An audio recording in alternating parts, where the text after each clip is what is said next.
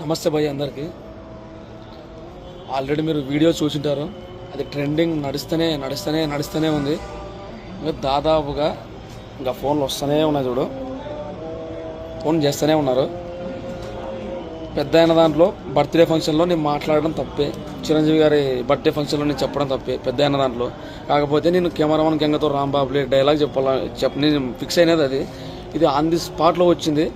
ఈ డైలాగ్ చెప్పినాను. కానీ మేము నిజంగా చెప్తున్నాం, కళ్యాణన్న కోసం నా ప్రాణం ఇవ్వడానికైనా సిద్ధమే.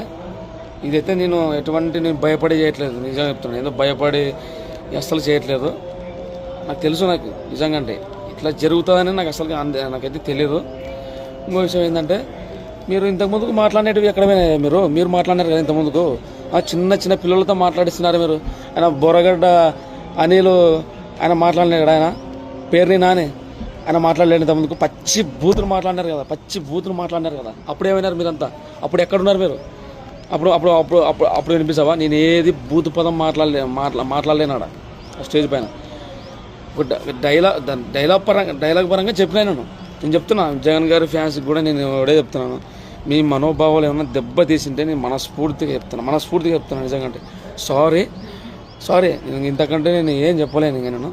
కాకపోతే కళ్యాణన్న గురించి అంటే మాత్రం అస్సలు భయపడం, ఎంత దూరమైనా పోతాం. ఇది చాలామంది పార్టీ ఆఫీస్ కార్డు నుంచి ఫోన్ చేసినారు నాకు. చాలామంది ఫోన్ చేసి, తమ్ముడు నీకు సెక్యూరిటీ కావాలంటే సెక్యూరిటీ కూడా ఇస్తామని చెప్పి జరిగింది. Thank you so much. Janasena party నాకు నిజంగా సపోర్ట్ చేసిన ప్రతి ఒక్కరికి నా శిరస్సు వంచి థ్యాంక్ యూ. బాగా రెస్పాన్స్ అయినారు నా గురించి.